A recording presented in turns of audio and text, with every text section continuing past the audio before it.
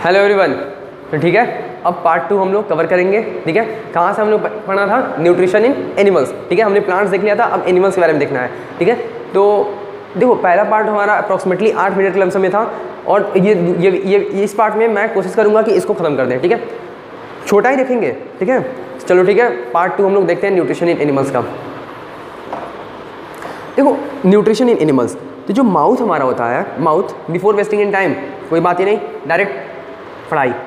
देखो nutrition in humans, nutrition in humans में क्या है कि जो माउथ है ना, माउथ में क्या क्या होता है?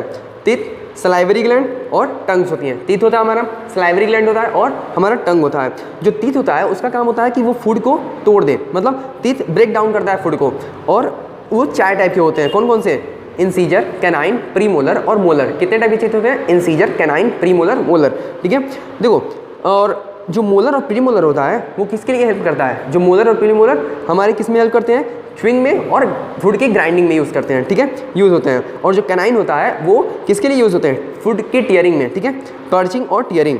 देखो जो इंसीजर होता है वो फूड कटिंग के लिए और फूड की बाइटिंग, कटिंग और बाइटिंग में हम लोग इंसीजर का यूज़ करते हैं। ठीक है, देखो जो टोटल लाइफ यदि मतलब कि अगर बात करें हम कि जो टोटल लाइफ स्पैन अगर बात करें ह्यूमंस का, ठीक है, तो उनमें टोटल लाइफ स्पैन में 2 ही सेट की टीथ पाई जाती है। एक होता है मिल्क टीथ या फिर उसको बोलते हैं डेसिडिवस टीथ बोलते हैं। आप 11th में आएंगे तो वहाँ पे एक चैप्टर है डाइजेशन इन ह्यूमंस। ठीक है, मतलब डाइजेशन एक चैप्टर है डाइजेशन एंड एब्जॉर्प्शन, उसमें आप पढ़ेंगे उसमें। ठीक है, तो मिल्क टीथ को हम लोग डेसिडिवस टीथ भी बोलते हैं, मिल्क टीथ भी बोलते हैं। मतलब टोटल ह्यूमन लाइफ स्पैन में 2 टाइप की टीथ होती है। ठीक है, या फिर 2 टाइप की टीथ होती हैं। कौन कौन सी? एक होता है मिल्क टीथ या फिर डेसिडुअस टीथ बोलते हैं, और एक होता है परमानेंट टीथ। ठीक है, परमानेंट टीथ होता है। जो सलाइवा होता है वो तो हमारे माउथ में सिक्रेट होता है, किससे? सलाइवरी ग्लैंड से। ठीक है, जो कि लोग कहाँ पे होता है?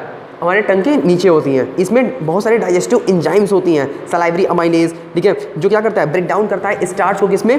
शुगर में। ठीक है, जो हमारा टंग होता है वो हेल्प करता है च्युइंग और फूड के स्वेलिंग में यूज हेल्प होता है। ठीक है, देखो जो हमारा स्टमक होता है वो जो फूड होते हैं ना उनको मिक्स करता है, मतलब स्टमक मिक्स कर देता है फूड को।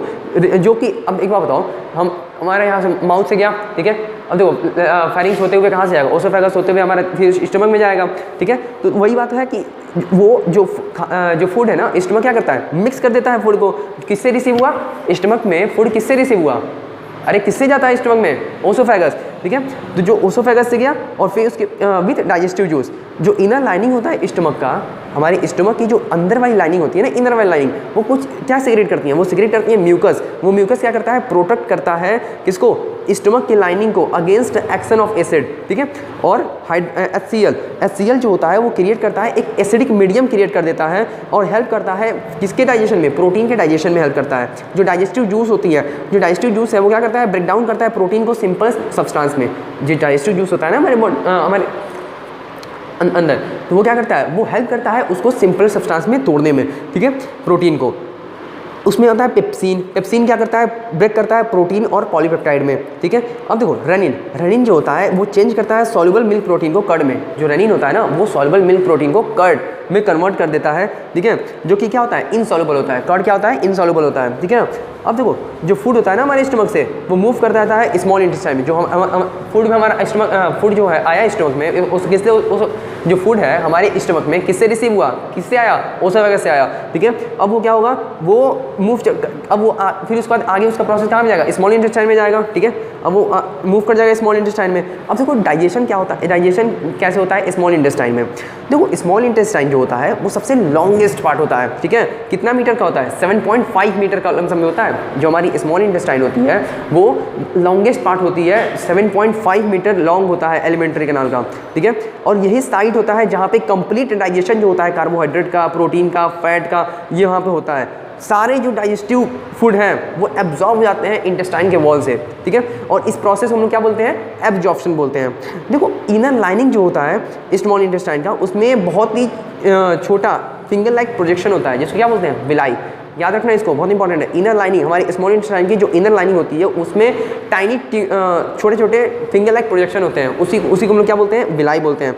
ये विलाई का काम क्या होता है जानते हो? विलाई का काम सिंपल यही होता है कि विलाई जो होता है वो सरफेस एरिया को बढ़ाता है। विलाई इंक्रीज करा देता है सरफेस एरिया को। ठीक है, किसके लिए? For more efficient food absorption. जो एब्जॉर्ब फूड होती है अब देखो विलाई क्या किया, विलाई ने सरफेस एरिया को बढ़ा दिया, किसके लिए, जिससे कि और अच्छे से फूड का एब्जॉर्प्शन हो जाए, ठीक है। और फिर उसके बाद जो एब्जॉर्ब फूड है वो फिर उसके बाद डिलीवर हो जाता है to each and every cell of the body, ठीक है, जहाँ पे वो यूज़ होता है किसके लिए। अब देखो विलाई ने सरफेस एरिया बढ़ा दिया, किससे, जिससे कि फूड का एब्जॉर्प्शन अच्छे से हो जाए। अब जैसे ही फूड का एब्जॉर्प्शन अच्छे से हो जाएगा, फिर उसके बाद वो जाएगा कहाँ पे, उस सेल के पास जाएगा जहाँ पे उसको उसकी आवश्यकता होती है, जिससे कि वो अपना एनर्जी प्रोड्यूस कर सकें, ठीक है। कॉम्प्लेक्स जैसे कि प्रोटीन एक्सेट्रा, इसी प्रोसेस को हम लोग क्या बोलते हैं, एसिमुलेशन, मैंने बता दिया है। अब देखो फिर उसके बाद देखो उसमें बहुत सारी जो इंटेस्टाइनल जूस होती है ना, वो उसमें दो टाइप की ग्लैंड होती है, एक होता है लीवर और पैंक्रियाज, जो हेल्प करते हैं फर्दर डाइजेशन ऑफ फूड में। जैसे लीवर क्या होता है, लीवर जो होता है वो लार्जेस्ट ग्लैंड होता है हमारे बॉडी का, याद रखना, बेसिक चीज़ें हैं, 11th में यूज़ होगा, अगर 11th में तुम बायोलॉजी पढ़ते हो तो उसमें यूज़ होगा, उसमें इस डाइजेशन वाले चैप्टर में दिया हुआ है। लीवर जो होता है क्या होता है, हमारे बॉडी का लार्जेस्ट ग्लैंड होता है, ठीक है, बॉडी का। और क्या सिक्रेट करता है, बाइल जूस सिक्रेट करता है। जो बाइल जूस होती है वो स्टोर हो जाती है कहाँ पे, बाइल जूस तो गाल ब्लैडर में स्टोर हो जाती है, ठीक है, जो बाइल जूस होते हैं वो तो गाल ब्लैडर में स्टोर हो गई, और प्ले करता है एक इंपॉर्टेंट रोल किसमें, फैट के डाइजेशन में।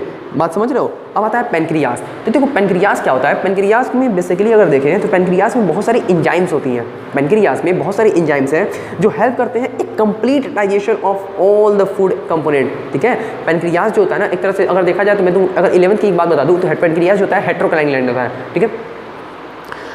अब देखो पेनक्रियास जो होती हैं उसमें बहुत सारे एंजाइम्स हैं जो हेल्प करते हैं एक complete digestion of all the food component, ठीक है। इसमें अमाइलेज होता है, अमाइलेज क्या करता है, अमाइलेज जो होता है वो ब्रेक करता है स्टार्च को, किसमें, अमाइलेज स्टार्च को किसमें तोड़ता है, पता है ना, बताया हूँ सब क्लास में।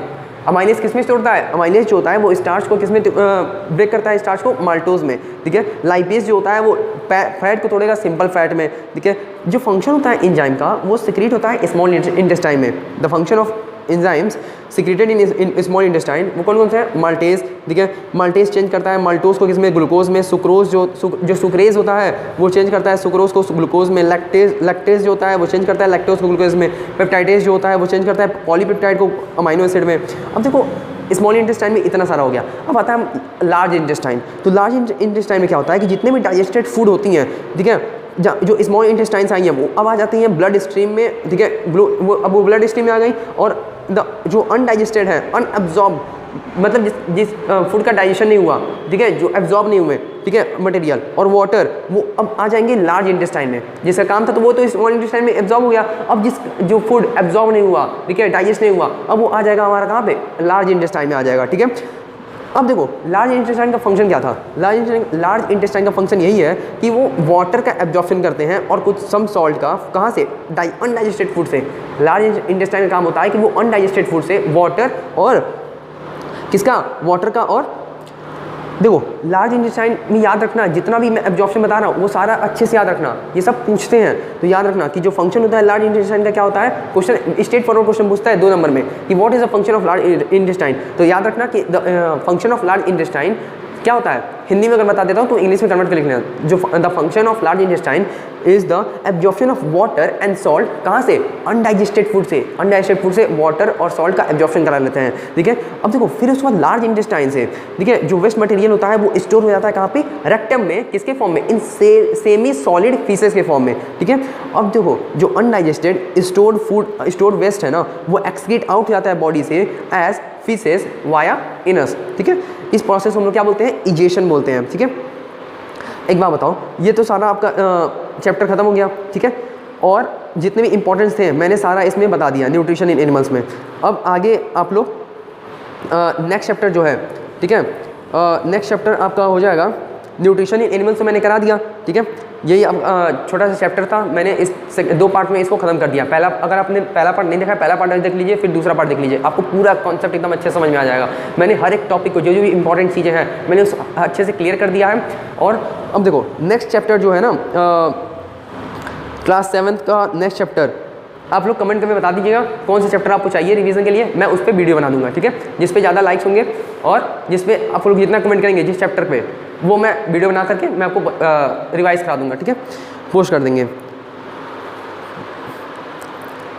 मोशन का तो मैंने पोस्ट ही कर दिया है। और फिर उसके बाद से विंड स्टॉर्म, साइक्लोन, सॉयल है, और फाइबर टू फैब्रिक्स भी है, हीट है, फिजिकल और केमिकल चेंज है, वेदर एडाप्टेशन, आपको जिस चैप्टर का चाहिए आप कमेंट सेक्शन में मुझे बता दीजिए, मैं उसका वीडियो बना करके उसमें पोस्ट कर दूंगा, ठीक है। तो अच्छे से पढ़ाई करते रहिए, ऑल द वेरी बेस्ट, ठीक है। Thank you for watching this video. यदि आप चैनल पे नए हैं तो चैनल पे सब्सक्राइब कर लीजिएगा और बेल आइकन दबा लीजिएगा और अपने दोस्तों को शेयर करिए, ठीक है। जितना भी शेयर करना है शेयर कर दो, और ठीक है, चलो ठीक है, bye bye, all the very best, अच्छे से पढ़ाई करो, ठीक है, बाय। चैनल को सब्सक्राइब करना मत भूलना, ठीक है, और अपने दोस्तों को शेयर कर दो, बाय बाय।